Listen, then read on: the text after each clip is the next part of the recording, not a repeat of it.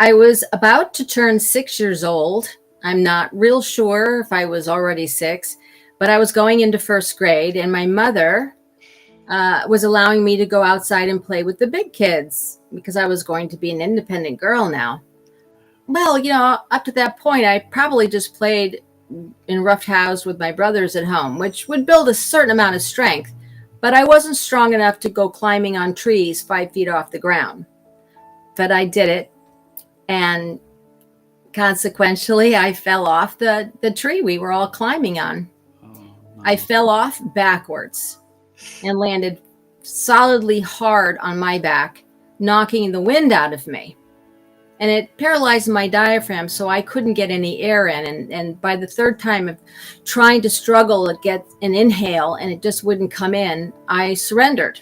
Well, immediately when I gave up trying, I started traveling into this dark space. And I was floating through this space rather quickly until these two tall, lanky beings met with me, and one of them said, "Stop."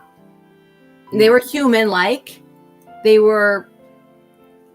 didn't have a lot of detail like you looking at me right now. They believed they were robed, these monk-like brown robes.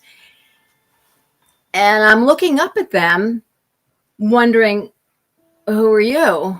But I didn't say anything. And everything was telepathic, of course, on that side. There's no vocal cords, right?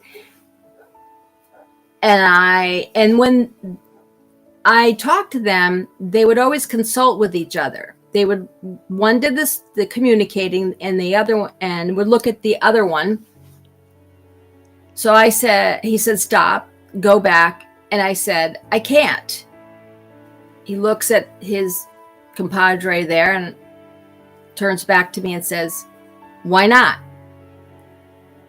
Looking up at him again, I hesitate, but I said, "I can't breathe." Looks at his compadre again, turns back to me and says, "We'll help you with that." Once again, I'm still in this space going, what is all this and where am I? And maybe there were other things that happened, but this is all I can remember about the NDE. And then when I said, okay, I was immediately back in my body, laying on the ground. I could hear the kids saying, "What do we do? I'm going to go get help. Is she dead?" Things like that. And one of them anyway, is giving me a breath. I'd already given up. I wasn't trying. And they were giving me this breath. And when my lungs were about halfway full, I could take the breath on my own. And my eyes started to flutter awake. And Ricky Ryan, one of the kids playing there, went down, said, he started to leave to go get help. And one of the kids said, "Oh, wait, she's waking up." And as soon as I'm breathing, I get up right away and I start walking home, where Ricky Ryan says, "What happened to you? We didn't know what happened." And I couldn't say anything because I didn't know what happened to me. I didn't know that's what happens when you get the wind knocked out of you that hard. I didn't know where that place was and what was that breath. I knew because, I'm 6 years old, often told I have a good imagination, that, well, that place could have been my imagination. But that breath in that moment, I knew was real because it happened to my body. And I had already given up trying to breathe. So I would take that, and I knew this at 6, into the rest of my life, wondering what it was. And I don't think it would have taken more than a minute for somebody to know that I was laying on the ground, motionless, and for them to get down off the tree and gather around me. Kids are quick, 3 minutes, and 5 minutes because Ricky's getting up going, "I'm going to go get help." Wouldn't have taken any more than 5 minutes. I went home and ran into the house as kids do. Mom, I fell out of a tree and and she's looking at me going, "Oh, well, I look okay. I'm a little dusty, but I'm not hurt. I'm not injured. I'm just baffled." I didn't know how to say anything to her. I got to a point in my life as I'm getting older. I remember having this thought. I have to learn how to live in the real world, this world, before I understand what that was. I remember having that thought as an older child. Okay, so that's what I did. And I ended up dating a man who had an NDE after a car accident in my 40s. And he heard about IANS and wanted to go to meetings, and he asked if I would go. And I said, sure. But at the time I was living in California. I went out there to go to college and stayed. So I had to go from Sacramento 2 hours to Oakland. And actually it was Berkeley, to go to a meeting 2 hours away. It really, oh gosh, it was so good. And hearing him tell the story and all of this. So when I was kind of bi-coastal at that time, because I'm in Connecticut now, and looked up IANS here in Connecticut and started going to the meetings. I met these phenomenal people. You just know when you make those connections with people, they are your soul family. And I just felt it. I got chills right now talking about it. It was an hour away, but I kept going. And this meeting at the time, this is good, I don't know how many years ago it was, but a lot of years ago, over a decade. They were in-person meetings only.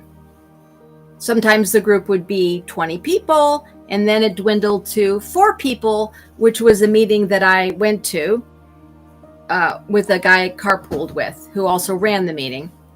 And it was just me and him at first, so we didn't even go up to the meeting room. We sat in the cafeteria, and this couple dressed in black came in. Oh, is this the meeting? Yes. So we're not going to go to the meeting room. We're just going to have it here. And we're just kind of going, okay, what do we do? I said, well, I got a story. And I told them the story for the first time. I think I was 40, wow. 41.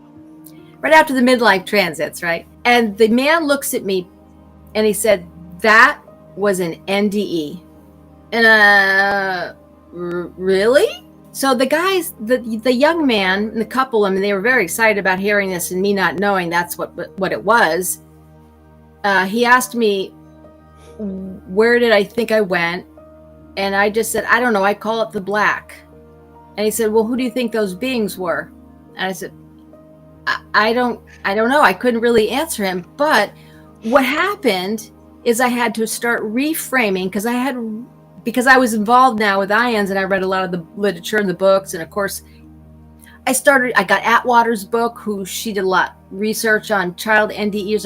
I thought, oh my God, this fits. This makes so much sense. This explains a lot. I was so excited to finally understand what that was and how it changed me. I mean, up to that point, I wouldn't tell anybody about my psychic abilities because my mother had paranoid schizophrenia, and she sat all day talking to these beings, or I don't know what they were, but they were personalities that she did say they entered her when she was in a mental hospital. So maybe they were beings that she called them Charles and Mary.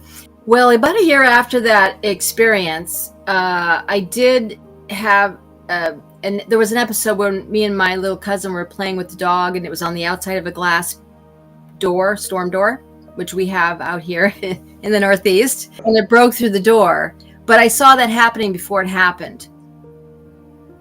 So that's what you would call clairvoyance, seeing the future before it happens.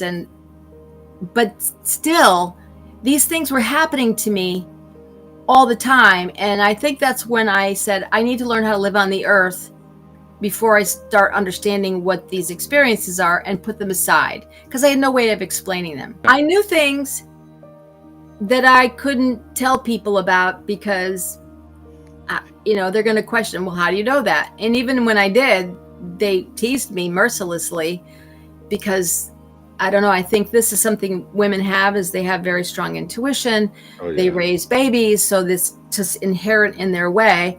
And that's what I chalked it up to. But mine was a little extra because I have moon directly on the ascendant. It makes for a very physical body. That's why the brutality in the family was especially hard. But the one thing that I could not ignore was the telepathy. I could hear other people talking to me. And this is where I got a lot of my healing. But I didn't know that was real.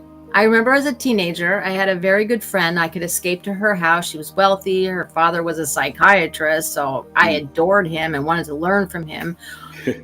And I could hear him in my head directing me. If I had a question and I'd look at him and I'd say, and in my head I'm saying, gee, I don't know why things are going like this.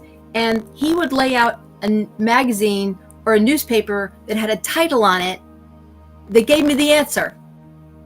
Because maybe he couldn't explain it to me either. And this is a lot like how our guides on the other side work.